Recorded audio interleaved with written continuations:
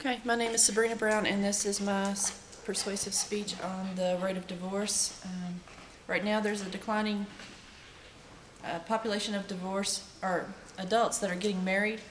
The divorce population is growing the fastest. People who've never been married has doubled since 1970. The unmarried couples households have increased sevenfold since 1970. This is coming from the U.S. Census report. What does the Bible say about divorce? Or what does the Bible say about marriage? I'm sorry. A wife of noble character is her husband's crown, but a disgraceful wife is like decay in his bones.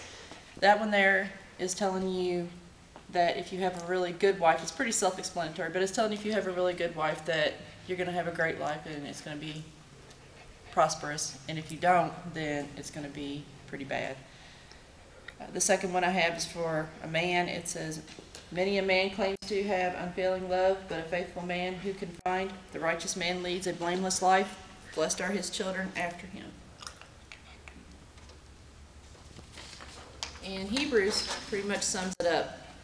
Hebrews says, marriage should be honored by all, and the marriage bed kept pure, for God will judge the adulterer and all the sexual immorality. Keep your lives free from the love of money and be content with what you have, because God has said, never will I leave you, never will I forsake you. So we say with confidence, the Lord is my helper, I will not be afraid. What can man do to me? Remember your leaders who spoke the word of God to you. Consider the outcome of their way of life and their intimate faith. Okay, the main problem that I see with today's divorce rate is lack of communication. With all the things that we have today, like the video games and the computers and Facebook and texting and all of that, it's really hard to be face-to-face with people now. We've gotten so busy that we don't take the time out to stop and talk to our spouse. We just send them an email, or we send them a text, or we say something to them on Facebook.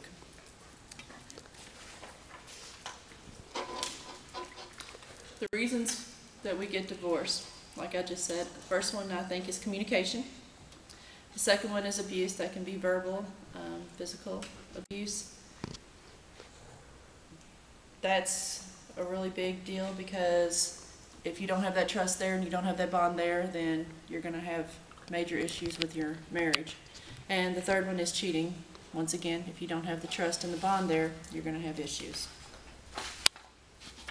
Okay, I've made some tips out, I think, that are going to be good for you to stay married. Don't forget who you married and why you married him is tip number 1.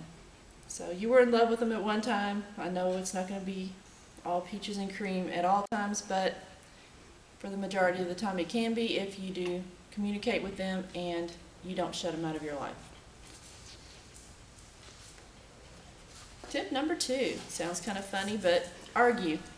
You need to get it out of your system. You need to talk to them.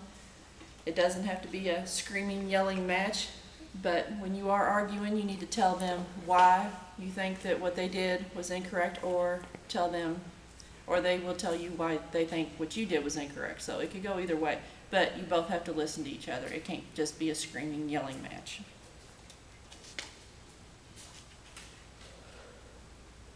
Tip number 3, acknowledge and accept each other's faults. That's a really hard one. Nobody wants to see their own faults. It's easier to point somebody else's faults out than it is to do your own. So listen to your spouse when they tell you that there's something going on, that there's something wrong with the marriage, that they don't understand why you're doing something. You need to listen to them and hear what they're saying. Don't just blow them off and act like it's no big deal, because it was a big deal or they wouldn't have brought it up to you. And when they're telling you your faults, you need to take that criticism and not be offended by it. They need to come to you in a positive way, and they don't need to come to you with a whole list of faults. We can deal with 1 or 2 at a time and then work on the rest, because nobody is perfect. Tip number 4, always kiss goodnight. It says on here, even if the argument isn't over or solved, but I think that arguments should be over and solved before you go to bed. I don't think that you should be arguing or carry that over to the next day. I think that everything should be done before you go to bed. That way, when you wake up the next morning, you're still not harboring those angry feelings toward your spouse. So in conclusion, I think that marriages can be saved if we try to work on them, if we don't harbor ill feelings towards each other or grudges, and if we work at them.